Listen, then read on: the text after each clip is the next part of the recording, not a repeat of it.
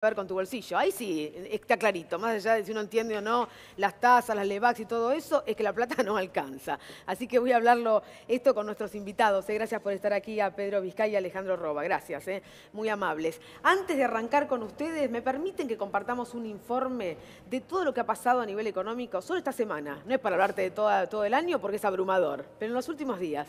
Vamos. ¿No hay posibilidad de terminar como el 2001? No, ninguna posibilidad. ¿Default? Ninguna. Mírame. Te miro a los ojos. ¿No hay posibilidad de default? Ninguna posibilidad.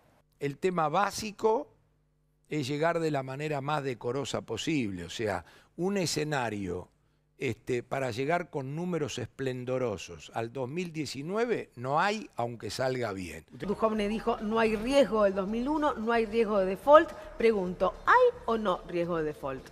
Me parece una irresponsabilidad lo que dijo el ministro Duhovne. Claramente hay riesgo de default. A ver, vamos a poner... ¿Hay riesgo de default y es irresponsable el ministro? Claro, obvio. Acá hay una cosa, mucho antes de pensar en defaults, etcétera, hay otras cosas para mí. Por ejemplo, estos cimbronazos del dólar y esta estampida de tasas te vuelven a hundir la economía, la actividad económica. Sí, claro. Otro pedazo más. O sea, si había algún optimista que pensaba que la economía en el cuarto trimestre de este año ya arrancaba, bueno, ahora hay grandes dudas de eso, ¿viste? Otra vez. Lo dijeron, vieron que son economistas cercanos al pensamiento del gobierno nacional o al menos de otro proyecto de país. Entonces, todos preocupados respecto de lo que se aguarda en el futuro, salvo el ministro Duhovne que dice que acá está todo bien, no va a haber ningún problema. Caballeros, ¿estamos o no en el camino del default? Mira, Rosario, todos miramos los mismos números, que son los números de la cuenta corriente del balance de pago y los vencimientos de deuda. Si uno hace una cuenta, solamente sumando las exportaciones, que son los únicos dólares genuinos que tiene la Argentina, porque inversiones productivas no han venido ni vendrán, con un mercado interno que se achica no van a venir, inversiones financieras o especulativas tampoco, porque la última vez que pudo salir a colocar deuda del gobierno fue en enero de este año. Entonces, si uno hace la cuenta, dólares genuinos no alcanzan. Las importaciones, si bien van a bajar por la recesión, son mayores que las exportaciones. Y contabilizás los egresos por remesas y utilidades, todo lo que tenga que ver con los dólares, bueno, te das cuenta que, no sé, digamos, hablar de un default ahora sería a lo mejor todavía prever algo que a lo mejor no sucede, pero sí que... Pero hay riesgo.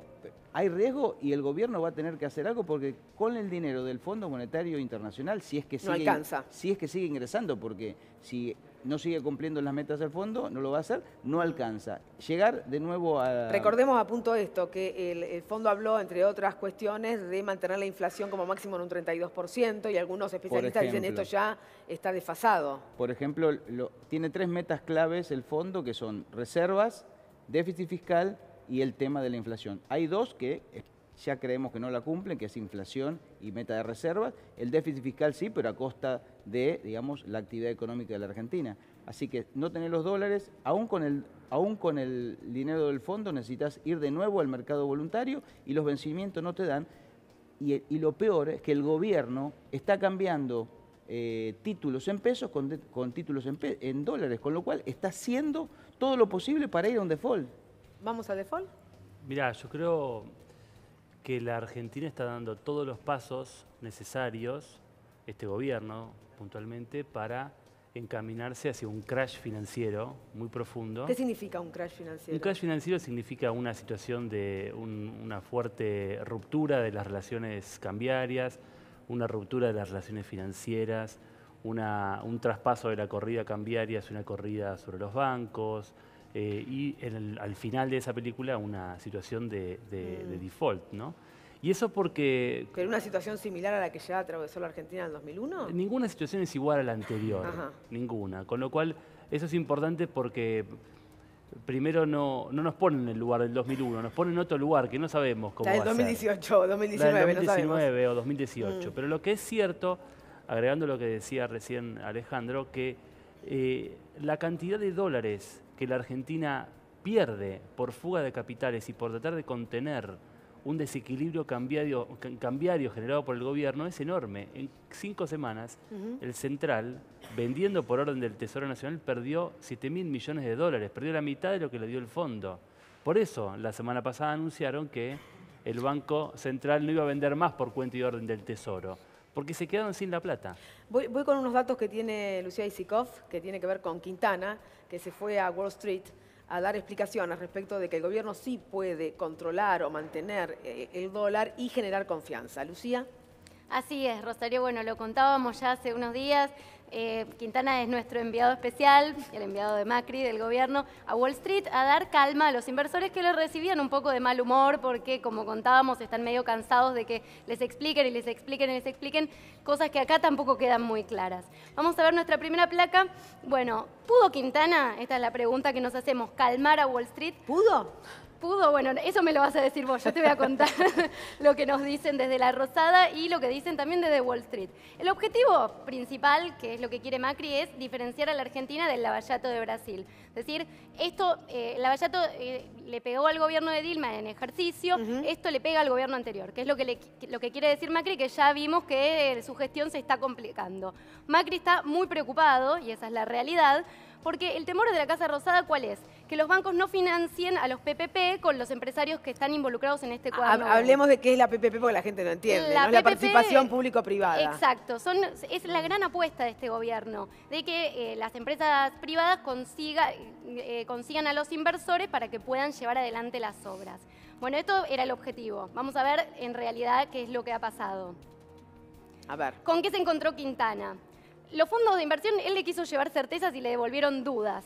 Dicen que no saben si la Argentina va a poder salir de esta crisis, que cómo va a ser. Creo que la cifra es que faltarían 8.000 millones de dólares para cerrar el plan financiero, esta es la cifra de la que se está hablando, para poder cumplir con las metas del FMI. ¿Verdad? Y lo que ellos le exigen a Quintana, que casi como contradictorio, parece una definición, bueno, no a Quintana, no al gobierno, pero es lo que le hicieron saber a Quintana, una decisión política sobre el presupuesto, que haya un acuerdo, digamos, que haya un acuerdo y Macri Claro, pueda porque tener algunas un versiones presupuesto. indican que puede peligrar el presupuesto luego de las decisiones tomadas por el gobierno nacional con el Fondo Solidario Sojero, la molestia de gobernadores e intendentes. El Fondo Sojero es algo que cayó muy mal, la eliminación del Fondo Sojero, porque complica muchísimo, como ya lo contamos, a los municipios y a las provincias, y hay mucho enojo de los gobernadores. Entonces, si ya estaban complicadas las negociaciones del presupuesto, ¿qué va a pasar ahora? Y bueno, pasamos a una fotito más. Vamos. ¿Cuál es el futuro del tridente, que es lo que venimos hablando desde hace días y desde que empezó toda esta crisis y caída del gradualismo? ¿Qué es lo que va a pasar? Te contaba hace un rato las versiones de cambios en el gabinete. ¿Qué pasa si sale Marcos? Bueno, Marcos no va a salir, pero si lo cambian de rol, ¿qué es lo que va a pasar con Quintana? ¿Qué es lo que va a pasar con Lopetegui? Y hay por ahí rondando otra versión que en La Rosada la desmienten categóricamente, que es un guiño al peronismo, digamos. Poner a alguien como Roberto Lavagna, hay que ver si él aceptaría, yo tiendo a pensar que no. Pareciera que no porque Duhalde lo quiere de candidato a presidente también. Sí, bueno, él también dice que no, pero bueno, a Roberto Lavagna o a Peirano, como en un guiño hacia los gobernadores, con alguien que tenga más poder de negociación con ellos. Ya lo hizo con Dante Sica, pero parece que no fue suficiente y ahora está tanteando otras alternativas.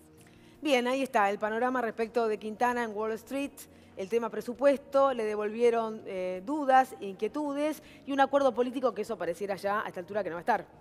Mirá, yo creo que tanto el doctor Lavagna como Miguel Peirano conocen la situación económica. Me resultaría bastante extraño que tomen esta brasa caliente de una situación que no generaron. Pero respecto a los especuladores de Wall Street, ellos están muy tranquilos, no tienen que estar preocupados, porque ya salieron de la Argentina más de 25.000 millones de dólares de enero para acá, o sea que se estuvieron yendo. Y por el otro lado, como no hay ninguna restricción a la salida de capitales, cualquier corrida, el dinero del Fondo Monetario Internacional, esos dólares, va a permitir que aquellos que todavía están en la Argentina cambien sus posiciones en peso por dólares y las llevan. O sea que no tienen ningún problema. El problema, el que tiene que estar intranquilo, es Quintana, porque no le van a seguir prestando. Y eso ya lo sabía Caputo en enero de este año. Porque el problema de la Argentina no es el déficit fiscal, como nos ha hecho creer el gobierno hace 2 años y medio hablando de eso, sino que es el déficit financiero y la falta de dólares. Y el gobierno quebró al Estado argentino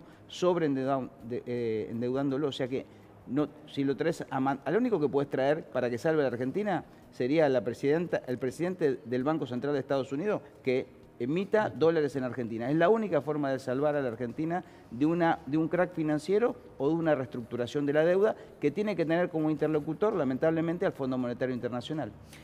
La última, que estoy preocupada por el tema del presupuesto. Si bien es una herramienta que todo gobierno necesita y por lo general los partidos políticos le dan esa herramienta a los gobiernos, si no se la dan se puede trabajar con el presupuesto actual. Pero ¿hay riesgo de esa cuestión? ¿Ustedes observan eso? Bueno, eso hay que ver qué pasa en el Parlamento. El problema principal con el presupuesto es que el presupuesto que presentaron y que está vigente actualmente no refleja ninguno de las variables macroeconómicas básicas que se llevaron para la discusión en el Parlamento, con lo cual en un país que tiene tanta inestabilidad financiera, tanta inestabilidad cambiaria, que la industria está completamente desplomada, que la desocupación aumenta, es difícil construir un presupuesto que sea creíble de cara al futuro. Por supuesto que esto tiene un impacto político enorme, hay que ver qué pasa en el Parlamento con esto y hay que ver cómo se coordina esa situación con la crisis financiera que está pegando en la Argentina. Un dato que yo recordaba recién es que en el año 2001, mientras se producía la crisis, el Parlamento estaba intentando llegar a una negociación en torno al presupuesto de aquel año, para que veas un poco la importancia que tiene en este contexto el presupuesto. Ahora, la oposición va a votar un presupuesto que no refleja las variables macroeconómicas que la Argentina hoy necesita.